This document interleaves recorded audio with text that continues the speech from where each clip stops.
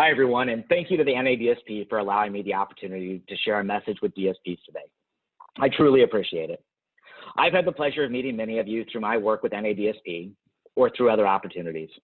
For those who I have not yet had the pleasure to meet, my name is Drew Smith, and I work for a group called Alvarez and Marsal, or A&M. In my work, and through A&M, my focus is on ensuring state and federal policy helps people with intellectual and/or developmental disabilities achieve the outcomes important to them.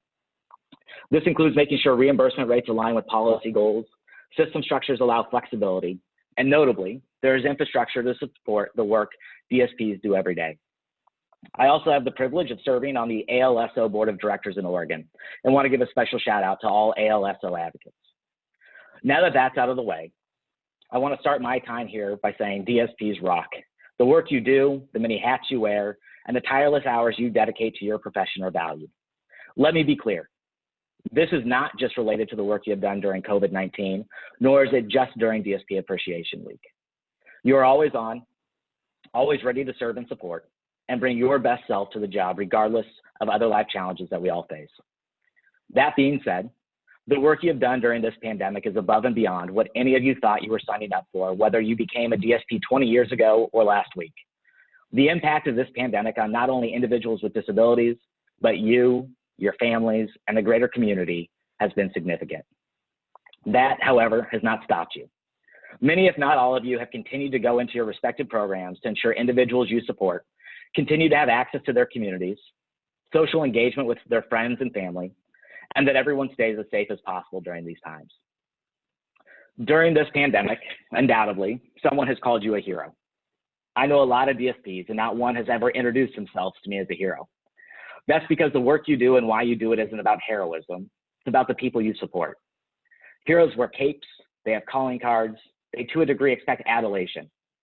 Heroes often also solve a problem during a point in time. That is not your role. You work days, nights, weekends to support people through their whole life. Happy times, emotional times, challenging times. Each of you has the values of every hero that comes to mind, but you do it without framing yourself as such. You are essential, always, to those you support. I can't, however, leave this just saying everything is great. You know it's not. DSPs have been the linchpin to this service system since services first began. The role is a critical, if not the most critical, in supporting individuals. Policy, however, often does not recognize that fully. To each of you, I pose the following challenge.